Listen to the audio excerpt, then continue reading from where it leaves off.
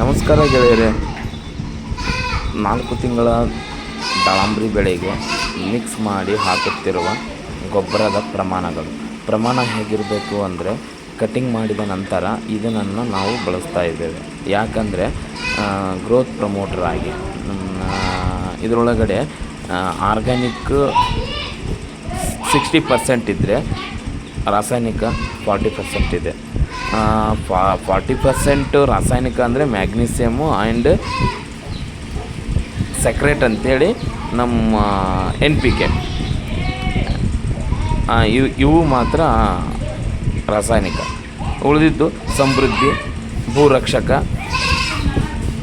ಭೂಲಕ್ಷ್ಮಿ ಎಂದು ಅದರೊಳಗಡೆ ಎಲ್ಲ ವಿಟಮಿನ್ಸ್ ಇದ್ದರೂ ಕೂಡ ಅದನ್ನು ಕೂಡ ಬಳಸ್ತಾ ಇದ್ದೀವಿ ಗ್ರೋತ್ ಪ್ರಮೋಟರ್ ಆಗಿ. ಅದನ್ನು ಒಂದು ಗಿಡಕ್ಕೆ ಅರ್ಧ kg ಅಂತೆ ಪ್ರತಿ 500 ಗಿಡಗಳಿಗೂ ಹಾಕ್ತಾ ಇದ್ದೀವಿ. ಮಿಕ್ಸ್ ಮಾಡುವ ವಿಧಾನವನ್ನು ತೋರಿಸ್ತಾ ಇದ್ದೀವಿ.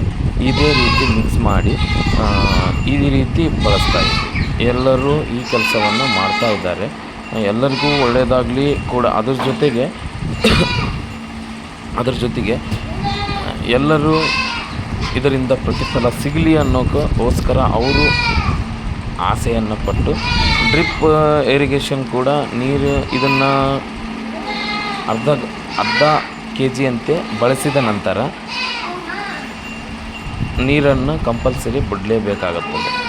ಕಾರಣ ಒಂದೇ, ನೀರು ಬಿಟ್ಟರೆ ಗೊಬ್ಬರದಿಂದ ಎಲ್ಲವೂ ಕೂಡ ಚೆನ್ನಾಗಿ ಗಿಡ ಗ್ರೋತ್ ಆಗಿ ಇದನ್ನು 6 ತಿಂಗಳಿಗೊಮ್ಮೆ ಹಾಕಬೇಕೆಂದು ಡಾಕ್ಟರ್ ಸಜೆಷನ್ ಪ್ರಕಾರ ಹಾಕ್ತಾ ಇದ್ದೀನಿ. ಇದನ್ನು ಕೂಡ ನೀವು ಕೂಡ ಬಳಸ್ಬೋದು. Thank you for watching. ಒಡೆಯ ಸುಲ್ತಾನ್.